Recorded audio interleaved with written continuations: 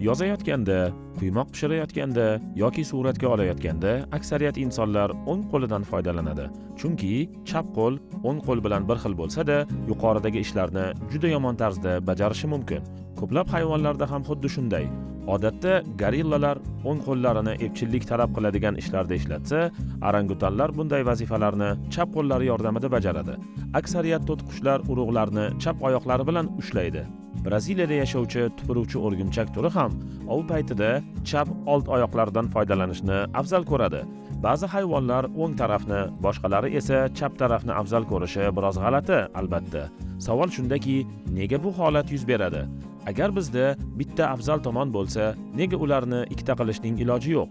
Savolning kaliti samaradorlikka borib taqaladi.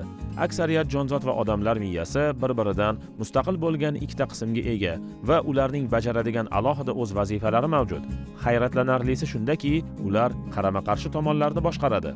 Masalan, ismimizni o'ng qo'limizda yozayotganimizda, miyamizning chap tomonidagi neyronlar o'ng qo'ldagi neyronlarga nima qilish kerakligini aytish uchun elektr signallarni yuboradi.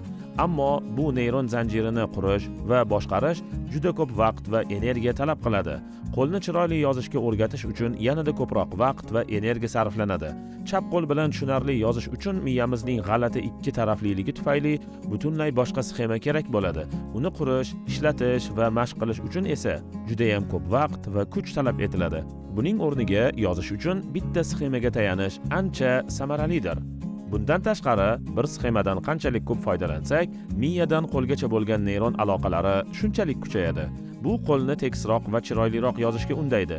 Qolaversa, bu qo'l bilan boshqa ishlarni qilishga ham imkon yaratadi. Ushbu samaradorlikni tushuntirish hali ham biroz nazariydir.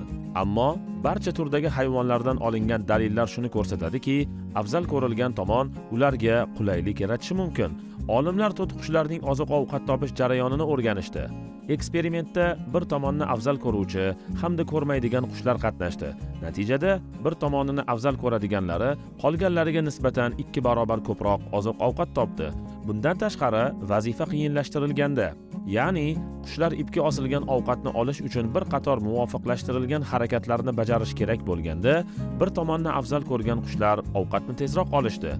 Bunday murakkab vazifa davomida afzal ko'rilmagan tomonning ham qilish kerak bo'lgan o'z vazifasi bor edi. Masalan, o'ng qo'l bilan yozish davomida chap qo'l bilan qog'ozni ushlab turishimiz yoki suratga olish jarayonida kamerani chap qo'l bilan tutib turishimiz kabi. Bu ishlar ko'pincha yordamchi harakatlardir, lekin ularni bajarish uchun ham sxema va tayyorgarlik kerak bo'ladi. Demak, zaifroq deb o'ylagan tomonimiz aslida unchalik zaif emas, u faqat boshqa ishlarni bajarish uchun optimallashtirilgan.